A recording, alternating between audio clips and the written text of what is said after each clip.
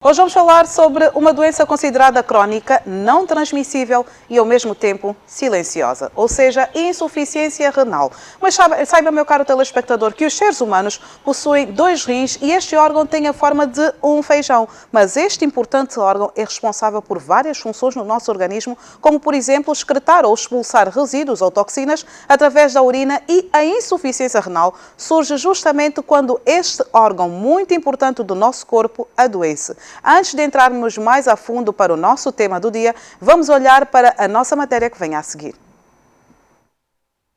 Na insuficiência renal, os rins perdem a capacidade de filtrar adequadamente os produtos do sangue e de regular o equilíbrio da água e dos sais do nosso organismo. Por fim, os rins reduzem ou interrompem totalmente a produção de urina e, neste caso, os produtos residuais e a água acumulam-se no corpo.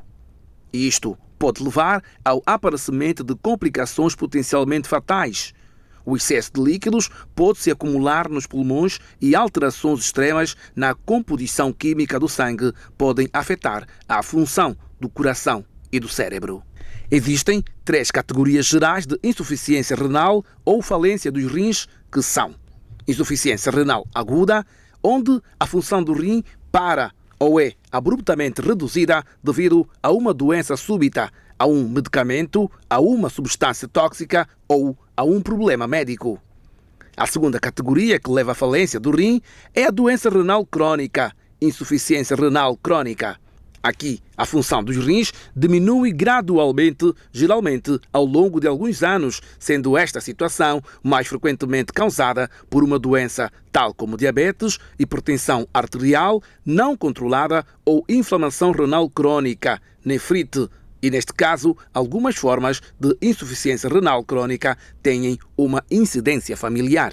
A terceira e última categoria que nos leva à falência dos rins é a doença renal em estágio terminal. Esta situação é também denominada insuficiência renal terminal e ocorre quando a função renal se deteriorou até o ponto em que, se o doente não iniciar os tratamentos de diálise, irá morrer. Este é geralmente o resultado final de uma doença renal crônica de longa duração, mas ocasionalmente pode também decorrer de uma insuficiência renal aguda. Os sintomas variam dependendo do tipo de insuficiência renal.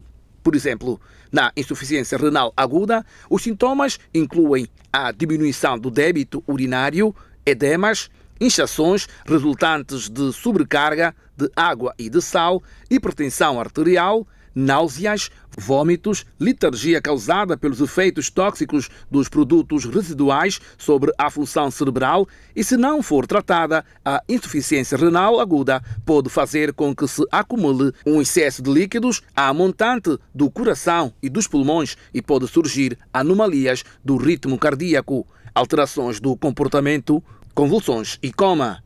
A insuficiência renal crônica é um problema para toda a vida que pode se agravar ao longo do tempo até se tornar uma insuficiência renal terminal. Um problema permanente que apenas pode ser tratado com a hemodiálise ou por meio de um transplante do rim. Pois é, doutora Olga, vamos então começar a olhar para a alimentação dos nossos doentes renais. Há ou não limitação na alimentação desses pacientes? Há sim limitações a pacientes com insuficiência renal, porque é como nós vimos lá na peça, insuficiência renal nós temos aguda, crônica e terminal.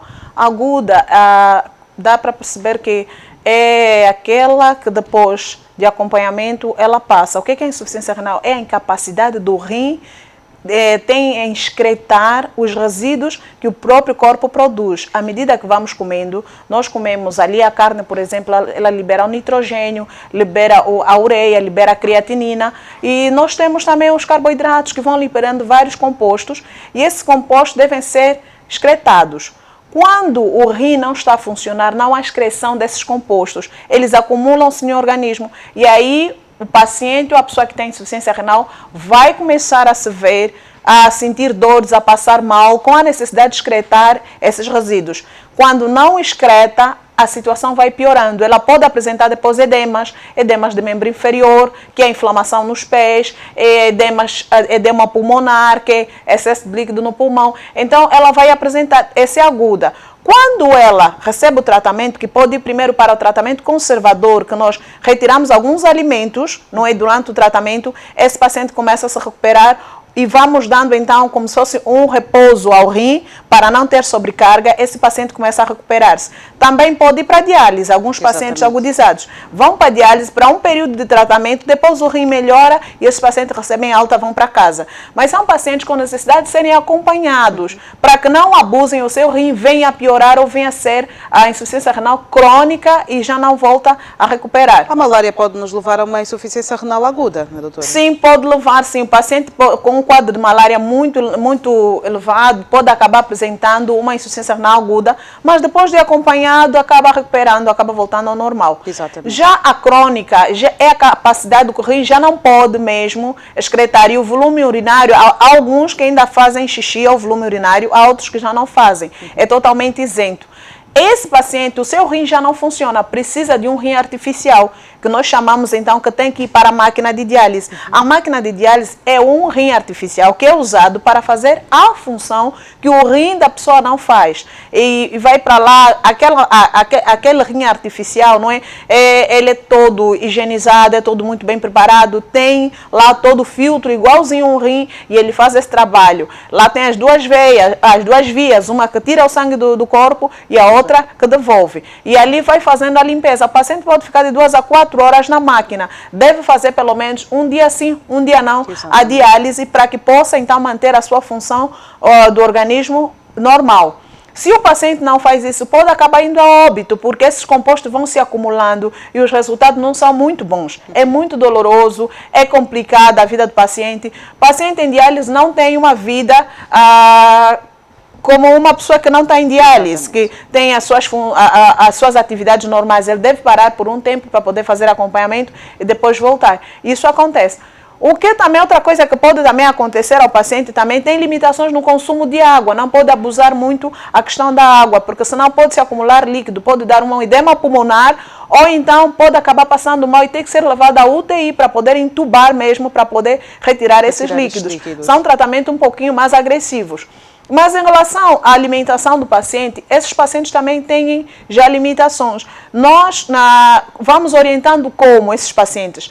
À medida que eles fazem os exames, nós solicitamos exames, existem vários exames que os pacientes devem fazer. Temos o exame de creatinina, de potássio, de fósforo, de cálcio. São vários exames que os pacientes devem fazer. Esses pacientes, à medida que eles fazem os exames e trazem para nós, os profissionais, por exemplo, na unidade de diálise sempre tem um nutricionista. Exatamente. Fizemos a leitura. Se ele tiver algum exame alterado, eu tenho que procurar um alimento que está relacionado a esse exame e fazer a retirada então desse alimento ou diminuir, ensiná-lo como deve consumir. Se eu não fizer, esse paciente continuar a fazer o uso desse alimento, pode aumentar o nível de ou fósforo ou potássio e aí começar a piorar o estado desse paciente. Também tem os medicamentos. Alguns medicamentos também que estão relacionados à alimentação. Por exemplo, o quelante de fósforo ou quelante de cevelamel. É muito usado em paciente que consome alimentos que está com fósforo muito elevado.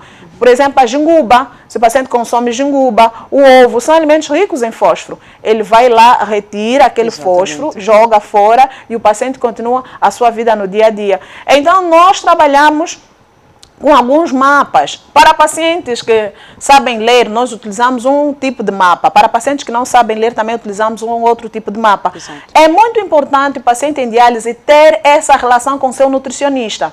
É muito importante. Por quê? Porque ele vai receber uma instrução correta de como se alimentar. E esse paciente que recebe essa instrução, raramente vai ter os níveis de íons elevados no organismo. Um exemplo, o paciente que recebe a orientação com os mapas escritos. Nós lá trabalhamos mapas segundo o sinal luminoso, não é? Nós trabalhamos com coloração. Para quê? Para facilitar a identificação do paciente.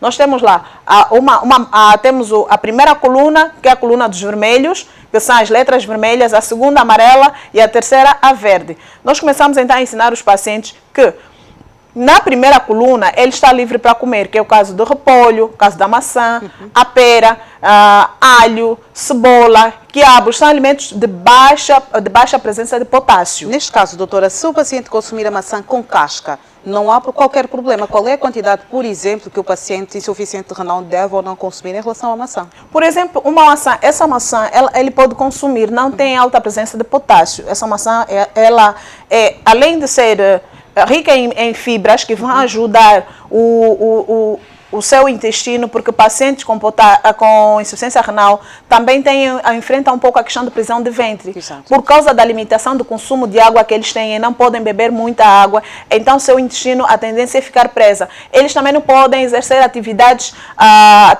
físicas, porque primeiro é que pode levar à desidratação, porque consome pouca água, e pode levar também à fadiga. Então, evita-se mesmo também, porque alguns têm fístula, outros têm catéter, para evitar qualquer complicação, então pedimos que é para limitar.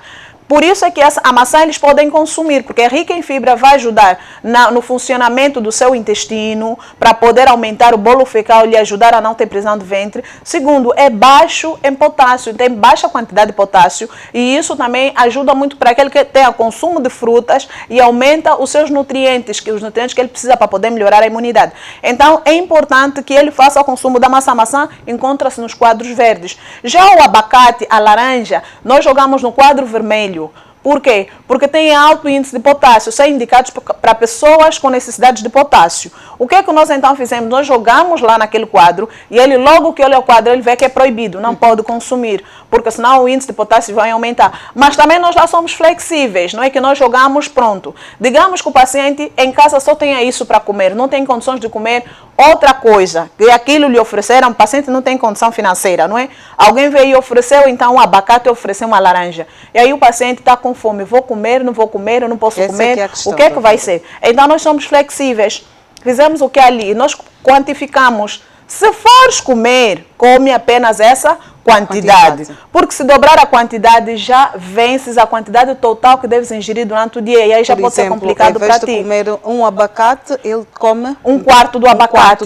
Dependendo da metade do abacate, come um quarto do abacate com o pão. Mas se tiver na máquina de diálise, nós já fizemos diferente. Na máquina de diálise nós já demos. Porque à medida que ele come, a máquina vai retirando.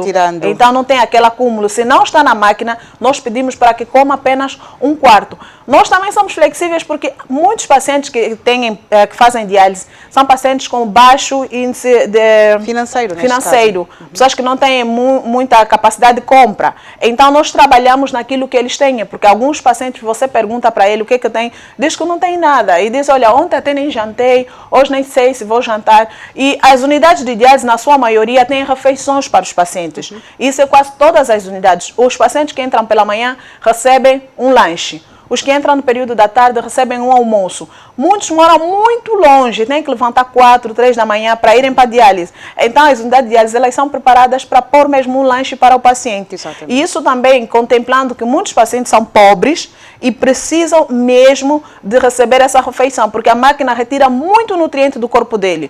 Se ele não recebe, muitos saem daí tontos, porque a máquina deixa mesmo debilitada. Então é importante orientar a alimentação, porque alguns acabam fazendo mesmo, porque não têm o que comer. Então nós acabamos montando o quadro, tem que explicar e pegar, perguntar, sabe ler? Sei. Lê ainda aqui. Porque alguns dizem, sei ler. Mas alguns têm complexo, sei ler, e quando você lhe dá o quadro, ele vai dizer sim, sim, sim, mas não vai cumprir. E ali está a vida dele. Então, nós procuramos sempre ser exigentes como nutricionistas para que ele possa ler. Sabe ler, sei ler. Ok, lê aqui. Ah, doutora, eu não sei ler. Ok, não faz mal. Pegamos um outro quadro que tem as figuras. Ou seja, o importante é fazer com que a comunicação flua entre o profissional de saúde e o paciente. Essa é a chave, não é, meu caro telespectador? Essa é a chave para que possamos ter melhor qualidade de vida, ou possamos também transmitir melhor qualidade de vida aos nossos pacientes. Sim, o melhor atendimento, a segurança naquilo que estamos a dar. Então, nós mostramos as figuras. O que é isso? Isso é banana. Então, figura todo mundo conhece, até criança. Então, trabalhamos, olha, neste quadro aqui que nós pusemos as cores vermelhas, não podes comer nesse quadro. Esse quadro amarelo, podes comer só até essa quantidade. E tem fotografias. E nesse quadro que é o verde, podes comer assim. E o paciente já sabe, quando olha o quadro vermelho, isso aqui eu nem topo, nem pensar isso aqui. Mas a pergunta que não se quer calar, doutora Olga, será que temos muitos profissionais com este grau de paciência para com o paciente, doutora? Paciente renal, as unidades de diálise são obrigadas a terem. Exato. São obrigadas a terem. Eu digo isso porque eu trabalhei muito em unidade de diálise. Eu tenho formação nessa área e trabalhei muito com pacientes em diálise. É importante que se tenha, porque esse paciente, isso depende da vida dele. Não é um paciente que toma um remédio e vai recuperar a dor. Não, é um paciente que faz diálise e se alimentar mal, mesmo o trabalho de diálise pode ser complicado. Então é importante que seja... que é importante, acima de tudo, amar muito a insuficiência renal para transbordar esse amor todo aos pacientes, sim, né, doutora? Tem que amar. É apaixonante. Trabalhar com pacientes renais é apaixonante porque você tem que estudar cada alimento. E você tem que buscar, você tem que dosar, você tem que conhecer e tem que estar sempre em constante formação. E isso vai te facilitar com que o trabalho flua também. E isso também vai desenvolvendo mesmo. É uma coisa, e lá geralmente tem os três, não é? Temos a equipe multidisciplinar.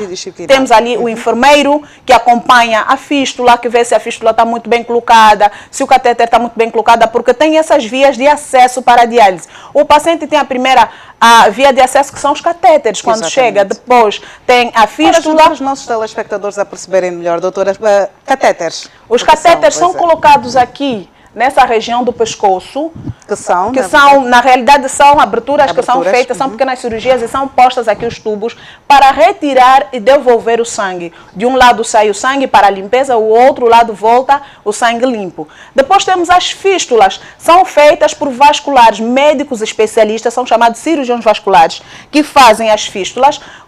Após essas fístulas prontas, elas também têm a mesma função. E aquela fístula para a vida do paciente. É ali aonde o paciente recebe realmente o seu tratamento. Ele deve manter aquilo limpo, não deve expor ao sol, deve ter todo cuidado, não levantar peso, não levantar coisas que lhe possam distorcer aquela fístula. Porque se ele perde, tem que repetir. É um processo que tem que esperar o vascular fazer e às vezes não é fácil. Hoje acredito que já temos vasculares. Na altura que eu comecei a trabalhar com diálise, o vascular vinha de fora. Vinha médico vascular fazer as cirurgias, depois voltava. Então tínhamos que esperar 3 meses, 4 meses vir o vascular para fazer aos pacientes. Nessa altura acho que já temos vasculares nacionais. Então cuidar daquela vascular.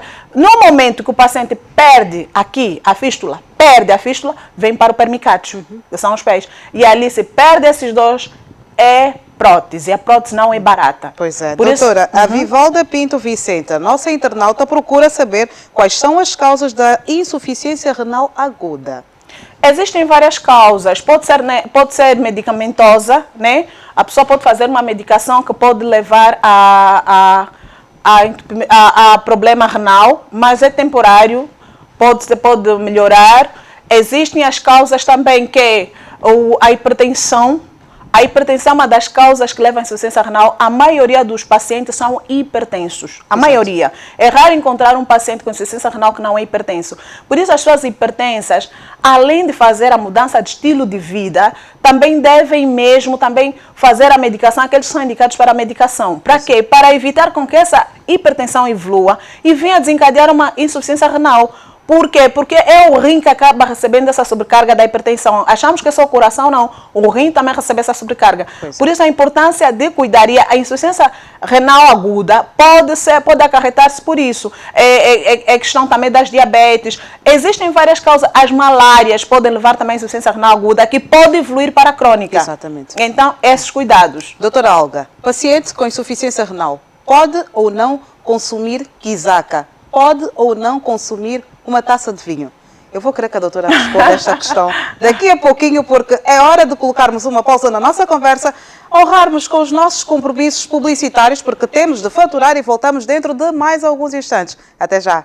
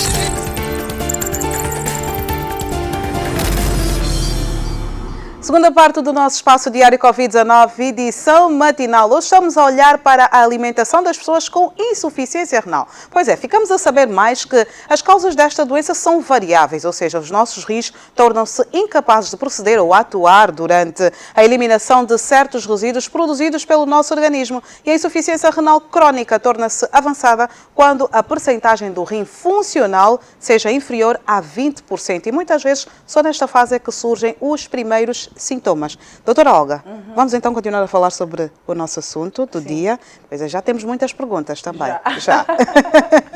Já. E antes de irmos ao intervalo, eu fiz-lhe uma pergunta, doutora. Será que paciente com insuficiência renal pode ou não consumir a quizaca, que é um dos produtos que nós muito consumimos cá no nosso país? A paciente com insuficiência renal, como eu disse, tem limitações. E em alguns casos nós abrimos alguns parentes. Por exemplo, a quizaca. Por que nós pedimos para que alguns folhosos sejam retirados? Por causa da forma do preparo. Por exemplo, quando vai se fazer a quizaca, deve-se ferver para a pessoa que não tem problema renal, pode comer à vontade. Quem tem, deve ferver e desprezar a água. A primeira água. Depois voltar a ferver para quê? Para tirar o excesso de potássio. Exatamente. Porque se tiver o excesso de potássio, acaba alterando a função dele no tratamento. Acaba alterando o tratamento dele. Por quê? O potássio pode elevar os níveis de pressão que podem piorar o estado dele. Então, paciente com insuficiência renal deve preparar a quizaca, ferver, retirar a água, voltar a ferver, retirar a água, fica um pouquinho mais sem gosto, mas é a forma correta. Depois que cozinhar, não comer aquele pratão, servir uma colher o suficiente. Porque ali depois vai ter o fungo, por exemplo, fungo nós liberamos. Por quê? Porque o processo que a mandioca sofre não consegue acumular tanto potássio quanto a mandioca assim normal. O fungo em relação à mandioca, nós indicamos o fungo em vez da mandioca. É muito melhor para o paciente. Já o vinho, nenhum paciente nós aconselhamos a fazer o uso de bebida alcoólica, porque a bebida alcoólica por si já não é benéfica à saúde, quanto mais a um paciente com insuficiência renal. Eu digo isso porque há pacientes que são teimosos, você diz não bebe, não só vinho, você diz não bebe cerveja, você passa na esquina e encontra o paciente a beber cerveja, tomou uma, tomou outra, depois de uns 3 dias o paciente está a passar mal, estou com dor aqui, estou a passar ali. É para não beber. Então, se cumprir Exatamente. o tratamento, tem mais eficácia. E porque aqui há a participação de todos, o nosso realizador do Meu de Mochila está a procurar saber, doutora, se há alguma limitação no consumo de carnes brancas. Por exemplo, estamos a falar do frango, do peixe. Há alguma limitação no consumo? Pacientes com insuficiência renal não há limitação em questões de proteínas. As proteínas são liberadas, tanto carne, ovo, frango, são totalmente liberais. Não há limitação. Por que nós não pusemos limitação? Porque uma pessoa, quando está na fase de diálise aguda, nós diminuímos, que fizemos um cálculo 0,8. É o cálculo mais baixo para consumo de proteína. Quando o paciente está com insuficiência renal, nós fizemos 1,2, que é um dos cálculos mais altos. Por quê? Porque o paciente perde a proteína na máquina. O paciente perde mesmo a proteína na máquina e ela, se não fizer um consumo de proteína adequado, vai definhar. Fica pequenininho. Então, nós aconselhamos, pode comer frango. O peixe, por que nós aconselhamos ter um cuidado com o peixe? Porque é rico em fósforo, para evitar com que esse fósforo dispara. Se é um paciente que faz o renagel ou quelante de cevalamel, então pode comer o peixe, pelo menos 3, 4 vezes a semana, e pode consumir, então, um medicamento que é para poder puxar o fósforo. A lambula, por exemplo, ele pode consumir à vontade, doutora? Sim, se faz a medicação que ajuda a excretar o fósforo, pode consumir. Mas nós fizemos controle, por isso é que eu disse que eu sou muito, na área de diálise, eu sou muito próximo ao paciente. Pois é. Porque eu tenho que fazer, eu faço questão com que ele acompanhe. E se nós não tivermos essa audácia de acompanharmos o paciente de forma correta, esse paciente vai mesmo a óbito, esse paciente vai piorando. Então, se nós queremos que haja sucesso no tratamento, nós devemos nos aproximar ao paciente e pegar mesmo aquele mapa, sentar com ele. Hoje vamos falar disso. No dia, às vezes que é sobrecarga, são 10 horas para acompanhar um turno. acompanha hoje, amanhã pega outro turno, depois outro turno, mas tem que ter essa paciência. E depois tem o fator, por exemplo, confecção dos alimentos. Paciente com insuficiência renal, o alimento deve ser confeccionado com óleo vegetal ou então com azeite, doutora? Isso é relativo. Eu não indico muito o azeite, porque muitos pacientes com insuficiência renal não têm poder aquisitivo para adquirir o azeite. É o óleo. O que eu faço? Eu ensino a forma de usar. Como, olha, exemplo, usa uma colher se for na salada, usa 3 se for para temperar algo. Colher de sopa. Se for temperar, usa 2 colheres ou 3 colheres. Alguns pacientes são pequenos, acabam emagrecendo muito, e são pacientes que, se vem mais um paludismo com problema renal, acaba indo a óbito. Então, o que é que nós fizemos? Fizemos um acompanhamento para o ganho de peso, aumentamos a quantidade calórica dele para ganhar o peso. Para quê? Para que aguente a diálise. E ali ela vai ganhando um pouco de peso, vai aguentar a diálise, não vai a óbito. Então, existe essa forma também de trabalharmos para poder manter a estrutura do próprio paciente. Temos a questão da Marinela Fernandes, doutora. Ela procura saber qual é a diferença entre a diálise e hemodiálise e o que é a diálise peritoneal. A diálise e a hemodiálise é a mesma coisa, tá? Nós chamamos de diálise, é uma abreviação, é mesmo hemodiálise. A diálise normal nós fizemos pelo catéter, não é? Exatamente. E pelas fístulas. A diálise peritoneal fizemos pelo umbigo. O paciente faz durante a noite. Essa diálise pouco nós fizemos aqui, lá fora faz muito, aqui não lembro de fazermos em alguém. O paciente dorme, é colocada a máquina durante a noite, ele dorme e a máquina faz o trabalho. Quando é de manhã ele vai trabalhar, a máquina fica ali. Uma pergunta da Ana Cristina, doutora, escritora. Gostava de saber se o alho ajuda no combate à Covid-19. O alho tem a lisina, que é um antioxidante que ajuda muito a aumentar a imunidade no nosso organismo. E é bom que haja o consumo. Aumenta, não é que ele combate. Exatamente. Ele melhora a tua imunidade. Ele melhora a imunidade da pessoa, e a pessoa, se tiver uma boa imunidade e não tiver uma doença crônica de base, consegue aguentar embate caso tenha a doença. Fugindo um bocadinho do nosso tema, doutora, aqui uma preocupação de um papá, do André Calandi. Procura saber quais são os prejuízos quando o bebê come antes dos 6 meses, doutora, assim muito rapidamente, fugindo um bocadinho do nosso tema do dia. Nós trabalhamos assim, o intestino do bebê precisa maturar para receber os alimentos. Por isso é que nós pedimos que ele comece só a comer aos 6 meses, porque acreditamos que aos 6 meses o bebê já está com o intestino maturado, então já pode receber alimentos sólidos, para evitar com que essa criança venha desenvolver doenças do foro alimentar no futuro. Então é bom que ele vá recebendo os alimentos gradualmente. Algumas crianças acabamos metendo um pouco antes, né, 5 meses. Isso depende do que está acontecendo no momento. Não é uma regra. O que está acontecendo, aí o nutricionista e a mãe, ou o pediatra e a mãe, entram em um consenso que possa ser benéfico para o bebê. Pois é. Vamos lá à questão da Maria Dulce, doutora. Ela quer saber se uma infecção urinária pode provocar insuficiência renal. Infecção urinária? Exatamente. Muitas vezes repetida pode levar, porque não se sabe a causa, deve ir na fonte, porque essa infecção urinária, repetidas vezes, sem ser tratada, pode acabar sendo prejudicial. O Oswaldo Miguel procura saber o que devemos fazer para não ter insuficiência renal, doutora. Olha, primeiro devemos ter um estilo de vida saudável, evitar o alto consumo de sal. Sal, nós temos o hábito de consumirmos, a comida tem que estar salgada, porque senão não tem sabor. O alto consumo de sal mesmo é muito cuidado. Fazer automedicação sem ser indicado pelo médico também muito, muito cuidado.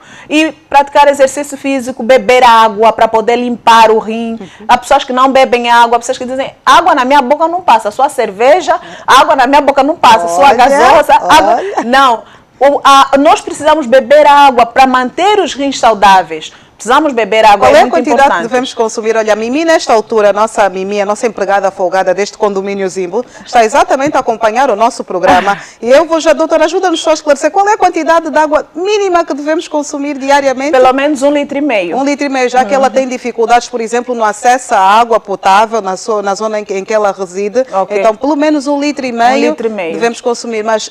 Ao longo do dia podemos consumir muito mais do que isso? Muito mais. O mínimo é 1,5 litros, mas se puder consumir mais, melhor. Ok.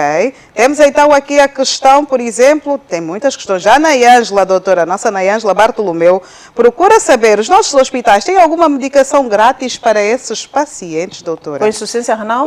O tratamento no nosso país é gratuito. Exato. O tratamento é gratuito. As clínicas privadas também têm acompanhamento da insuficiência renal. É um tratamento muito caro. Ninguém suporta um tratamento de insuficiência renal.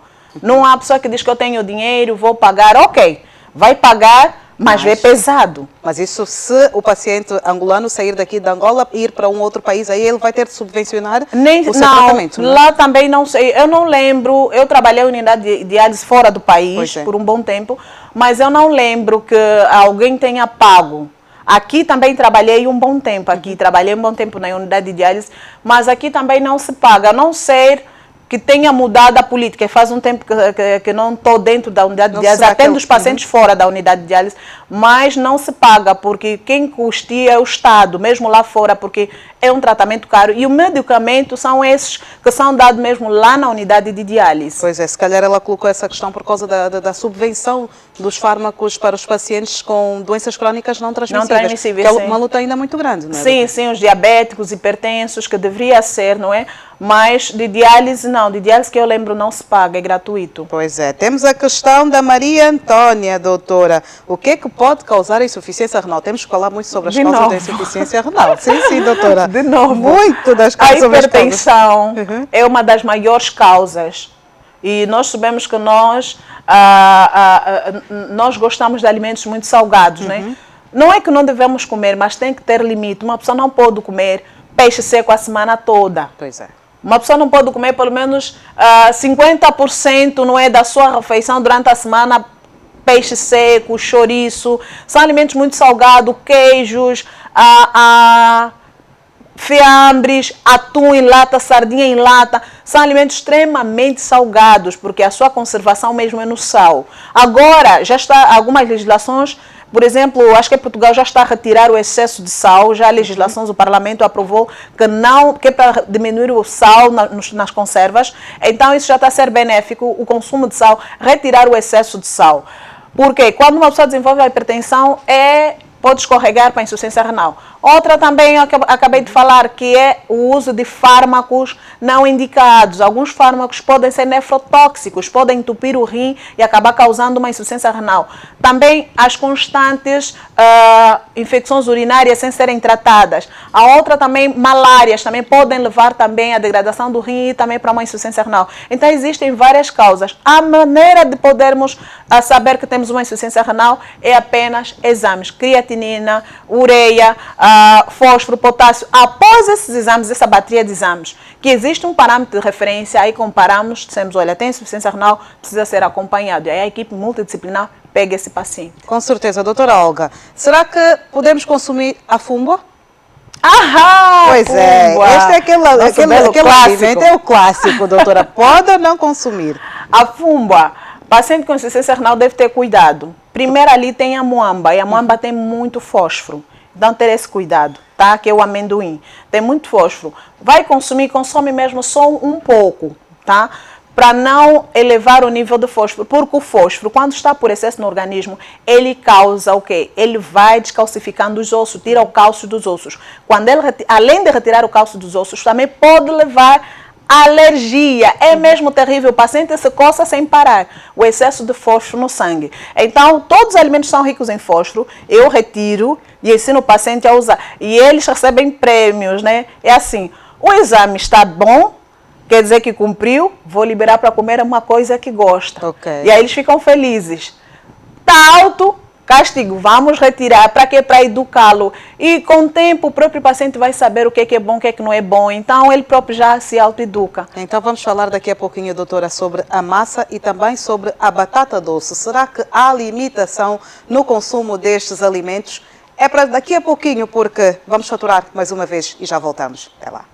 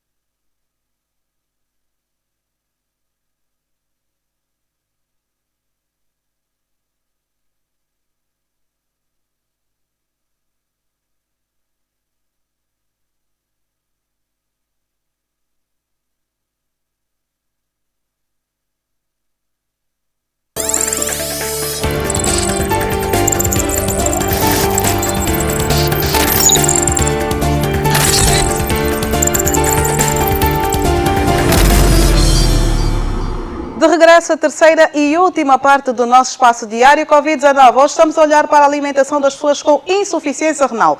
Doutora Olga Carvalho, batata doce, doente renal pode consumir ou não? Existem limitações também, tanto a batata doce quanto a mandioca, a batata rena. O que é que nós pedimos ao paciente? Para cortar em cubos e deixar na água por 15 minutos. Após esses 15 minutos, deve desprezar essa água. Quando for ferver, desprezar a água outra vez, desprezar a água da fervura por 2 vezes. Depois servir 1,5 colher de servir só.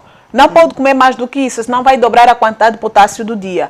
Porque a batata doce, a mandioca, a batata rena, os tubérculos são ricos em potássios. Então tem que ter esse cuidado para não aumentar o nível de potássio. Temos aqui a melancia, doutora. Uma fruta que contém bastante água. Há limitações no consumo dela? E ela também não é muito rica em potássio. O paciente pode pegar um pouco para comer, mas evita o excesso. A banana... evita mesmo, porque a banana é riquíssima em potássio. Nós até indicamos paciente com necessidade de potássio comer a banana. A laranja é a mesma coisa também. Ela também é riquíssima também em potássio. Ter cuidado também com o consumo dela. As verduras, os temperos não são tanto porque a pessoa não usa em grande quantidade. O pepino pode consumir, ele também não é muito rico em potássio, assim como o repolho também pode ser consumido porque não é muito rico em potássio. Isso também facilita a alimentação do paciente. Então nós vamos conversando e mostrando ao paciente o que é que deve comer, o que é que deve evitar. No caso das proteínas, que é carnes, aves, peixes, nós pedimos apenas para que tenha cuidado com peixe. As outras proteínas pode consumir. Se o paciente está na máquina, nós autorizamos com que ele consuma, porque a máquina vai fazer essa retirada. Mas se não está na máquina, deve ter mesmo esse cuidado para evitar com que ele aumenta os níveis de nitrogênios no organismo e vai piorando o seu estado da doença. Vamos olhar para as olharmos agora para a questão das frutas, doutora. Temos que falar sobre o feijão, o famoso feijão de óleo de palma que nós gostamos de consumir, doutora. O feijão, o que é que nós pedimos ali no paciente? Põe de remolho, põe o feijão de remolho, um dia antes despreza aquela água. Depois ferve e pega um pouco para comer, porque acredito que também não precisa comer uma tigela, não é? Pode comer um pouquinho. Se for de remolho, pode comer um pouquinho. O óleo de palma, ele é rico em vitamina D e ele ajuda também na imunidade do próprio organismo. Por exemplo, se falar muito que a vitamina D ajuda no fortalecimento da imunidade por causa do Covid, mas... lá, além de ajudar no fortalecimento da imunidade, temos também uma contrapartida. Ele é rico em gordura saturada. Tem que ter cuidado, que também pode entupir as veias, que depois também pode aumentar a pressão. Então, não consumir todos os dias. Se vai consumir, consome um dia, depois consome daqui a 6, 5 dias. Não precisa repetidas vezes consumir a mesma coisa. O bom mesmo é variar. Exatamente. Doutora, temos os nossos molhos, por exemplo, que acompanhamos os nossos fungos, quer seja ele de óleo de palma ou molho de tomate em si. Nós colocamos a berinjela, o quiabo, doutora, não há qualquer indicação, temos que ter cuidado também nas porções que nós colocamos nesses molhos. O tomate é rico em potássio e eu não indico muitos pacientes a comerem tomate, porque ele é rico em potássio. Alguns pacientes, quando vão fazer fungos com carne, por exemplo, eu ensino a fazer molho madeira, né? Põe a carne, depois da carne cozer, deixa a carne tostar o fundo.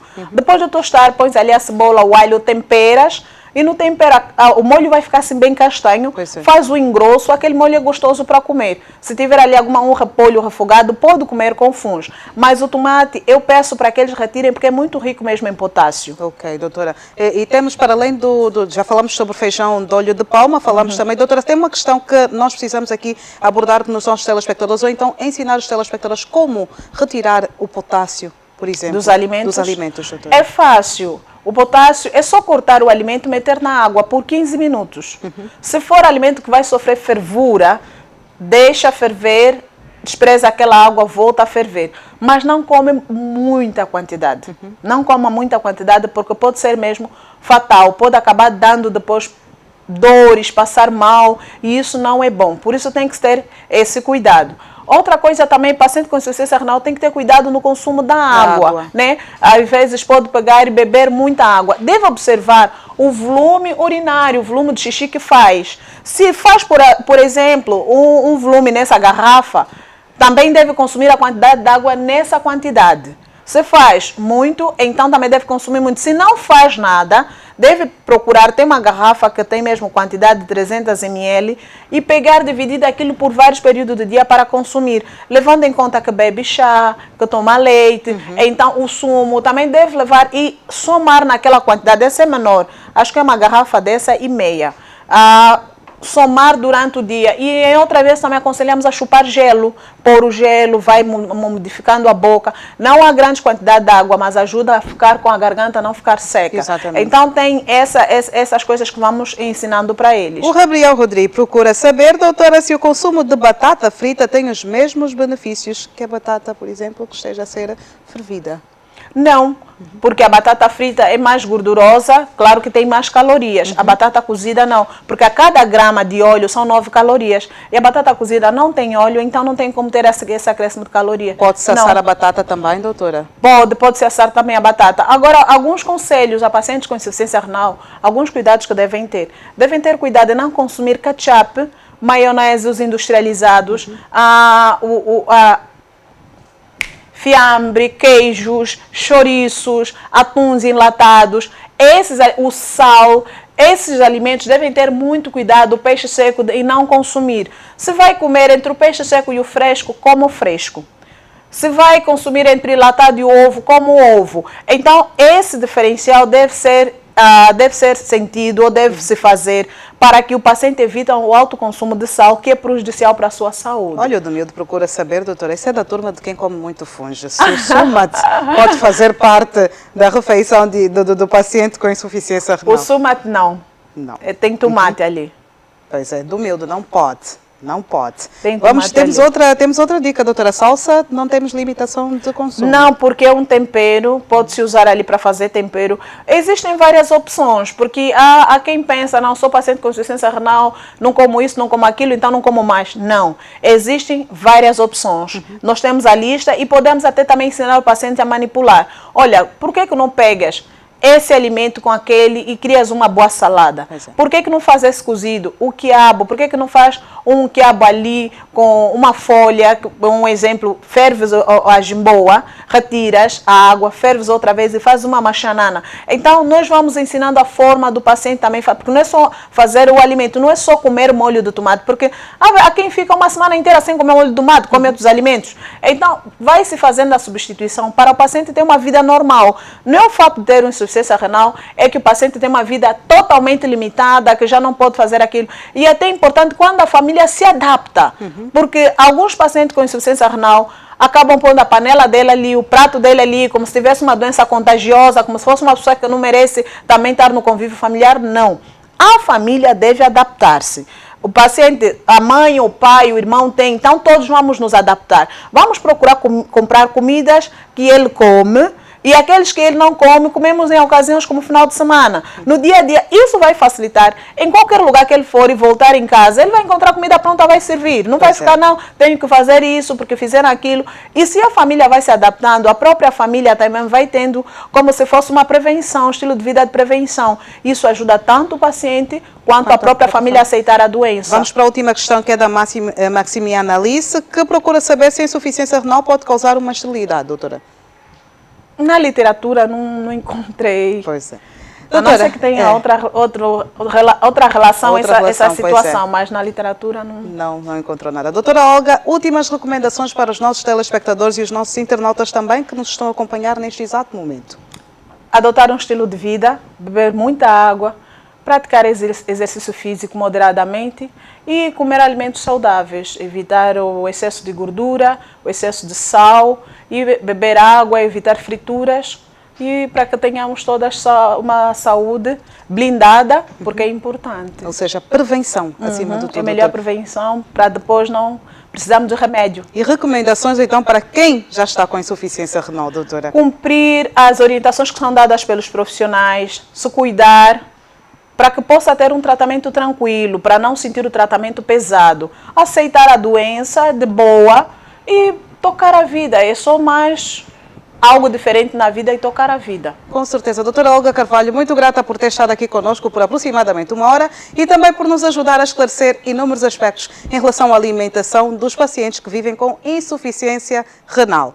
E claro, meu caro telespectador, é sempre bom que cuidemos da nossa alimentação e assim estamos a cuidar melhor da nossa saúde. Não se esqueça que quem tenha insuficiência renal ou aquelas pessoas que tenham um parente com a doença, que esteja a viver com a doença, antes de consumir alimentos com casca, devem sempre retirá-la por causa da quantidade de potássio que determinados alimentos possuem. A doutora Olga explicou exatamente isso há bem pouco tempo. E para as nossas crianças aí em casa que não dispensam a batata frita, mamães, espero que tenham prestado atenção às dicas que a nossa nutricionista deixou aqui, bem claras aqui no nosso programa. Substituir a batata frita pela batata assada ao forno ou até dar uma fervorita na batata é sempre o mais recomendado. E claro, se formos olhar para a nossa base, a nossa pirâmide, ela está invertida, então nós precisamos de cuidar da nossa saúde e acima de tudo precisamos prevenir-nos de inúmeras doenças. Reta final do nosso espaço. E saiba que muitas formas de insuficiência renal não podem ser prevenidas. As pessoas que sofrem de diabetes, de hipertensão arterial ou de doença coronária devem procurar controlar a doença e através de uma dieta apropriada de medicamentos e de alterações do estilo de vida. Nunca é demais repetir, para evitar que tenhamos a falência renal, é importante que cuidemos melhor da nossa saúde, mantendo uma alimentação saudável ou mais equilibrada e, claro, a prática regular de exercícios físicos, mas sempre com o acompanhamento de um profissional. O meu habitual recado para si: cuide da sua saúde, seja cuidadoso com a sua família e não faça parte das estatísticas. Um grande abraço e até amanhã.